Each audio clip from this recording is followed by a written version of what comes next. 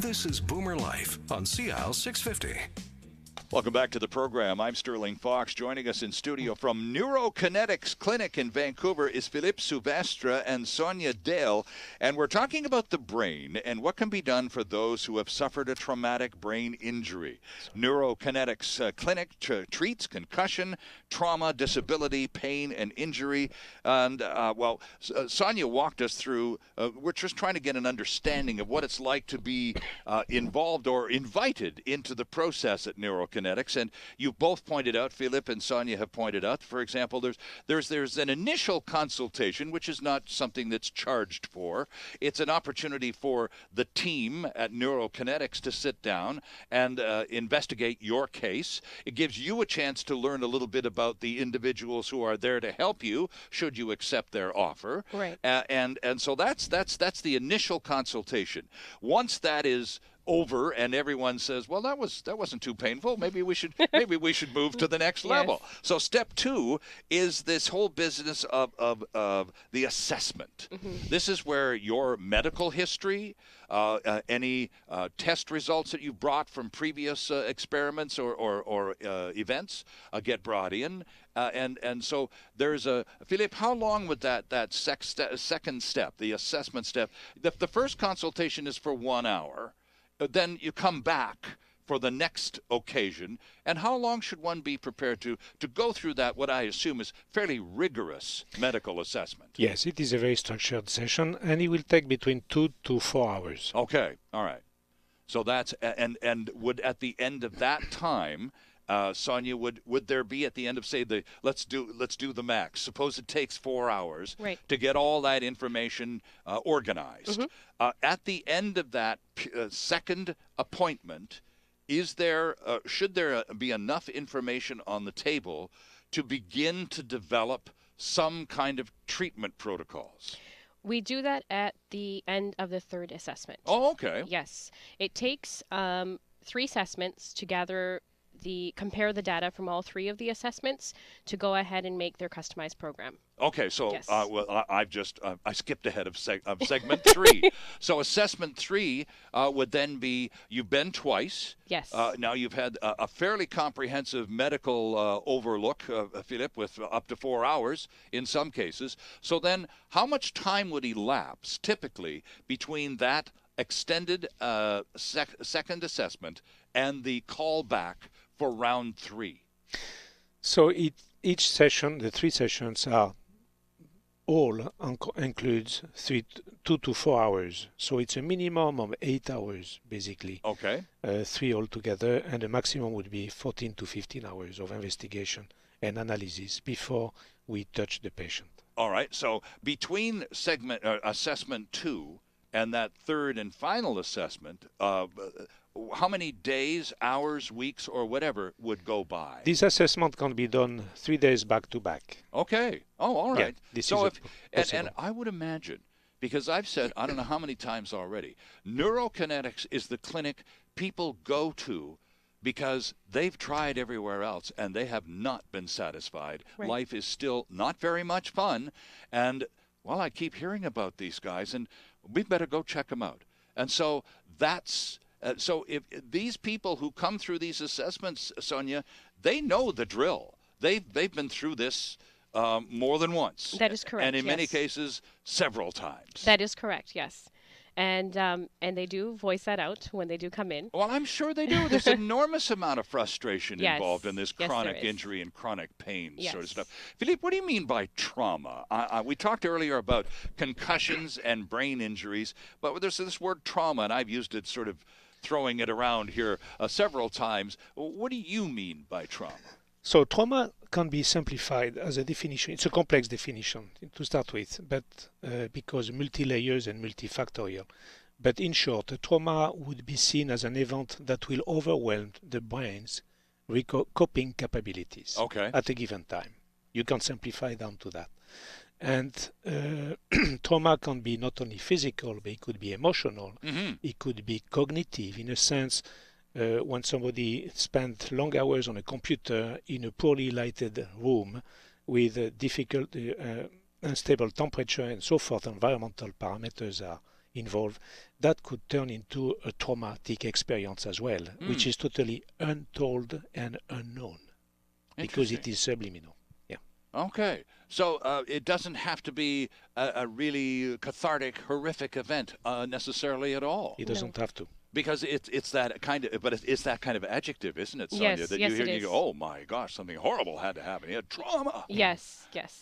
Well, horrible things happen, unfortunately, and we have quite a few experiences about that. I'm sure. But also, it is a subliminal accumulation of micro-traumas, which will end up at some point push somebody over the threshold of its or her own coping capabilities, brain function-wise, and then we find that person in a place that could have happened as a result of a gigantic single event trauma.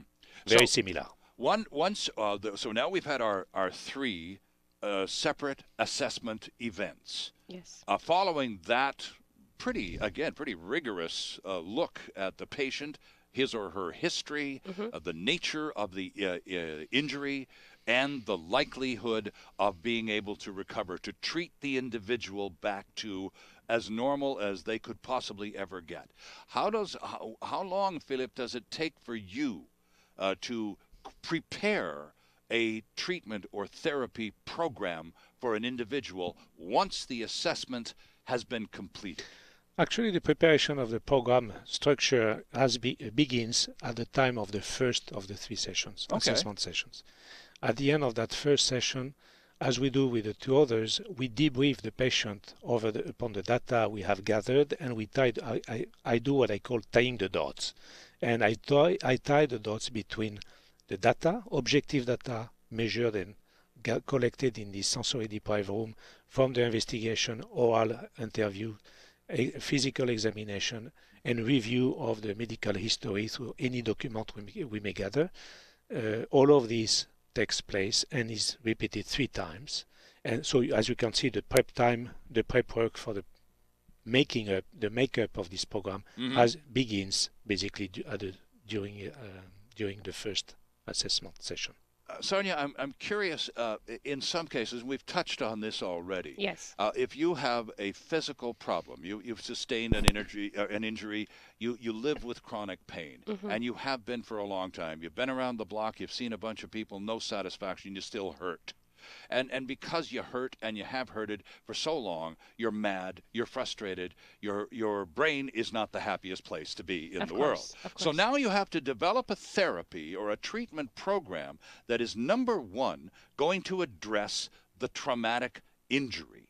And at the same time, you've got to, I would think, in a parallel way, attempt to engage the person's brain in a positive therapeutic way as well, because you're only going to get better as you think you're going to get better. Your brain is going to help you heal. That is correct. So, but you've got to work on the brain as well as the physical ailment too, right, Philippe? Well, it's all about working on the brain on the different ways. Okay. You got a very big point here, which makes us very different to what is done out there, is we trust the patient. I have been flabbergasted when I moved here many years ago to hear the way patients were treated, were listened to, which was none. And basically, the patients, whatever the patient would say, would be filtered and put in a black box within the practitioner's mindset, independently of the real world lived by the patient.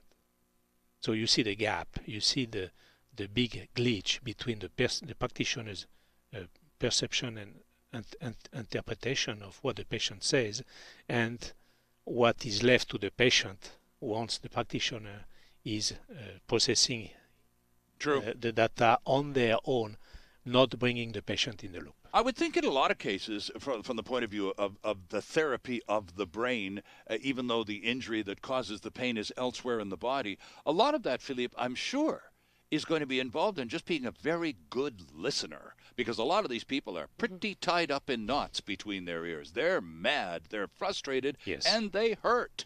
Yes. And sometimes they just want to pop off. They just want to let somebody have it. Yes. And that's part of it, isn't it? It is.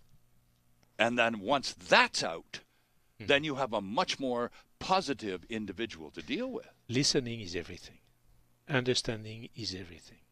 I spend my time sharing with the patients that understanding for the patient what is going on and what will be going on with us is over 50% of the success. Right. And I would imagine more than a few patients are, shall we say, surprised in the most happy way, Sonia, with that approach, having, well, been put on ignore. Well, you've got this problem. Well, I know how to Yes. fix that. Yes, I can fix that problem. But maybe it's, no, I can fix your problem. You know, it's about listening. Yes. And it's about just being prepared to hear it all. Well, that is correct. We have a great team at the clinic, so it's not just me and Dr. Philippe. So we do have a great bunch of listeners. So whenever they need a good set of ears or they just need support through a session, we have a great team. So we're there. We'll talk about the destination. Philippe, you mentioned the fact that NeuroKinetics in Vancouver is, in fact, for some from many other places on the planet, a very sought-after destination. We'll talk about how that works, and we'll learn a lot more about NeuroKinetics, which, by the way, is in the Highcroft Medical Center building at 3195 Granville Street in Vancouver. And you can check them out online. It's a great website, by the way. It's neurokinetics.com. And we're back with more after this. Celebrating the baby boomer lifestyle. This is Boomer Life on CL 650.